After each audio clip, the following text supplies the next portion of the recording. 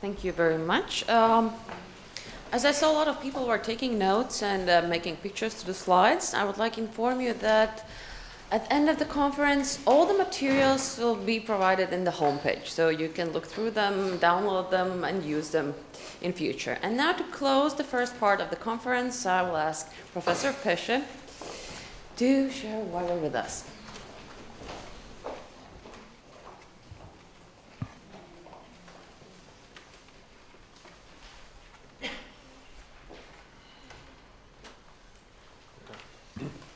Okay. Good morning again. Thank you again. So I'm here to have a quick speech about a specific topic of mediation. It is the link between mediation instruments and the fundamental right of access to justice. A fundamental right that is protected by different instruments at the international and European level, European Union level. First of all, we have to say that there is not any standardized concept of access to justice. So we do not find a unique and specific definition for this concept. At international level, in the international and European context, we make generally reference to Article 6 and Article 13 of the European Charter of Human Rights, approved by the Council of Europe in 1950. And to Article 47 of the Charter of Fundamental Rights of the European Union. As many of you know, the European Charter copied the most part of the first instrument, but the European Charter entered into force in 2009, after the entry into force of the Treaty of Lisbon. So in the last phase of the European Union law existence. Article 6 of the European Convention of Human Rights makes a general reference to the right to go to the court and to the right to have a fair trial before the court. So we do not find a specific reference to alternative dispute resolution systems. You know that the concept of access to justice is a different concept than access to a court. We can have justice without going to the court, and we are here today just to speak about other possibilities. The Article 6 is very important, even in the context of the activity of the European Court of Human Rights in Strasbourg, because it is recalled all the times, for instance, that we have long proceedings, very long proceedings that at the end gives a damage to the effectiveness of the justice system. Article 13 of the European Convention on Human Rights has a broader concept, a broader scope of application, because it says that everyone whose rights and freedoms as set forth in this convention are violated shall have an effective remedy before a national authority, notwithstanding that the violation has been committed by a person acting in an official capacity.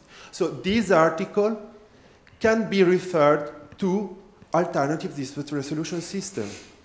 It only speaks about an effective remedy, not necessarily given by the judiciary system or by a court.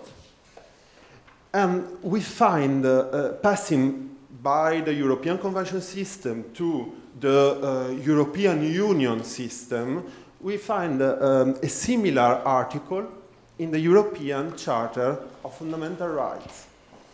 Article 47, right to effective remedy and to a fair trial. So it is an article that represents the addition on the two principles set forth by the previous article of the European Convention. This rule is clearly referred to, another time it is referred to the judicial system, the judiciary proceedings. Effective remedy before a tribunal, an impartial tribunal. The terms used by the European Charter are quite clear.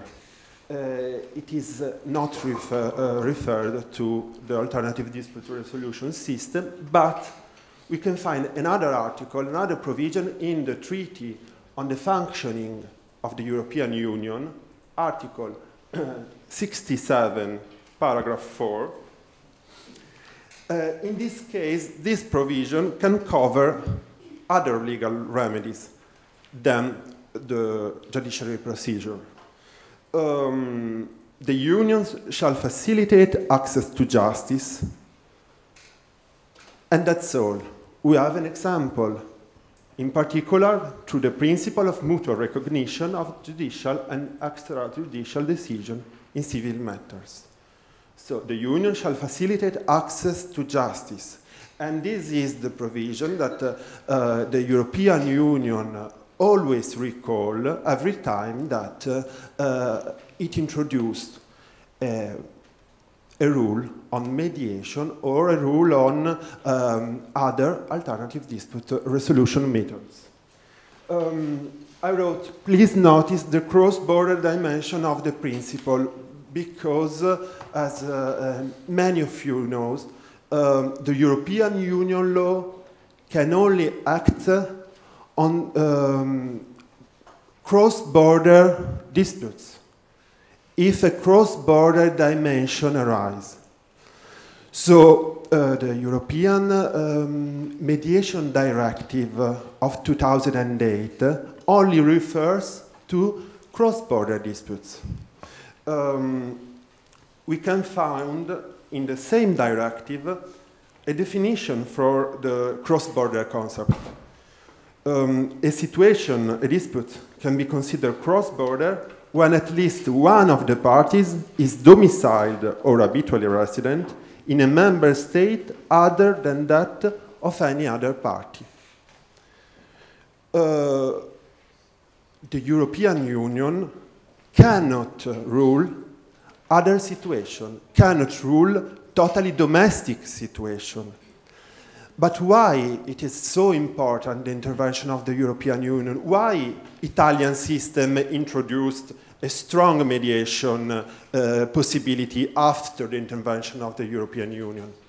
Because this represents a strong incentive also for ruling the domestic situation. We cannot imagine, we can say, a discrimination, a reverse discrimination, where we have a mediation possibility for the cross-border disputes, and we do not find any possibility of mediation for the domestic ones. If the European Union obliges the state to introduce the mediation for cross-border disputes, it is quite normal that member states are strongly obliged to introduce mediation, the civil procedure in general.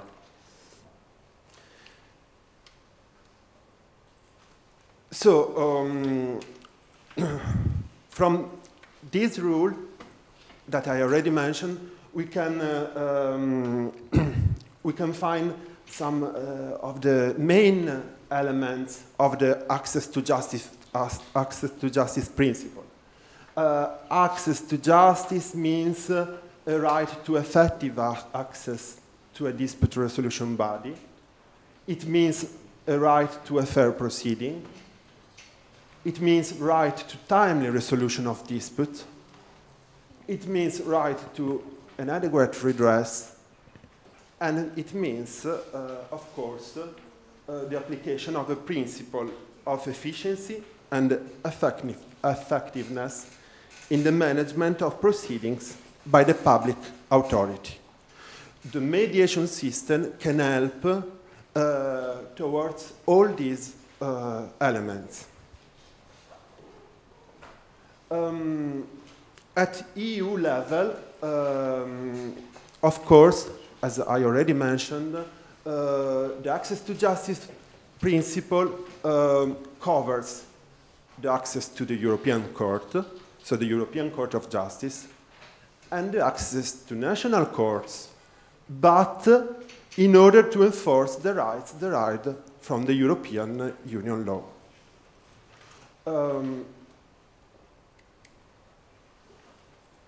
This is the main aim of the Mediation Directive, for instance, of 2008. But we can find many other instruments. It is an example.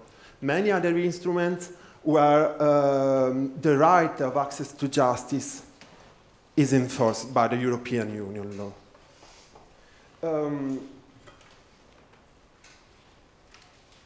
Other tasks are left to the national legislator. So, granting access to justice before national courts in order to enforce national laws is a test that have to be considered by the national legislator. At national level, according to the statistics elaborated by the FRA, the Fundamental Rights Agency of the European Union, we have some possible restrictions to access to justice. It's not so easy to read that graphic, but we can find, for instance, the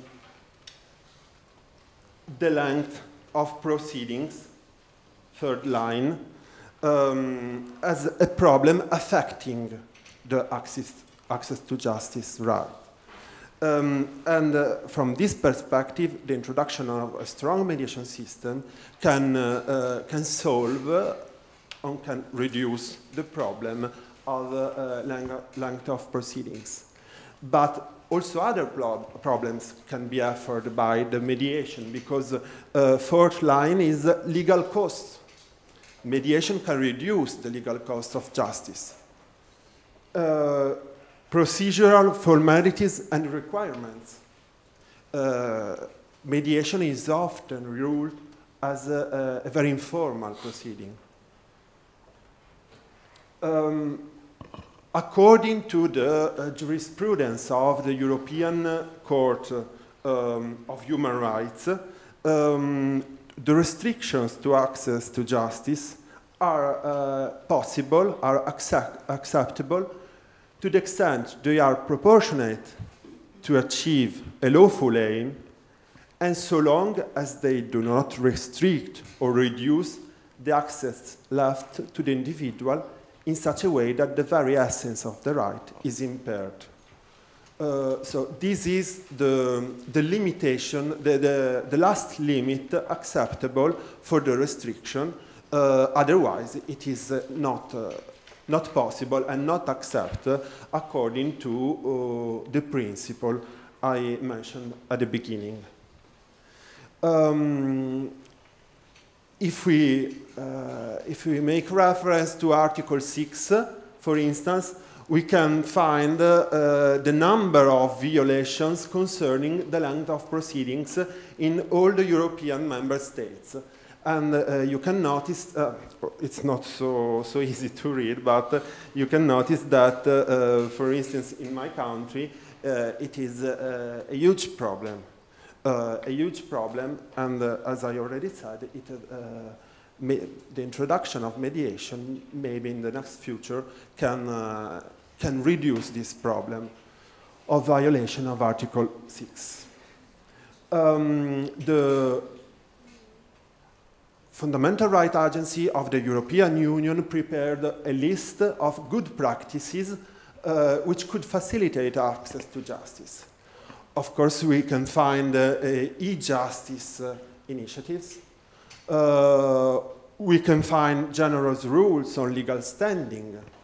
So a broad possibility to access to the tribunals. A possible availability or redress other than compensation, or pro bono initiatives. For instance, some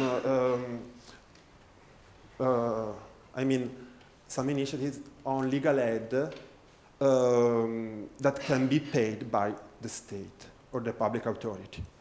But the first one is a simplified and less formalistic procedural rules.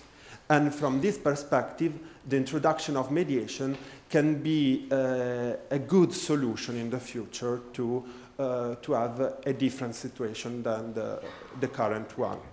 Thank you very much.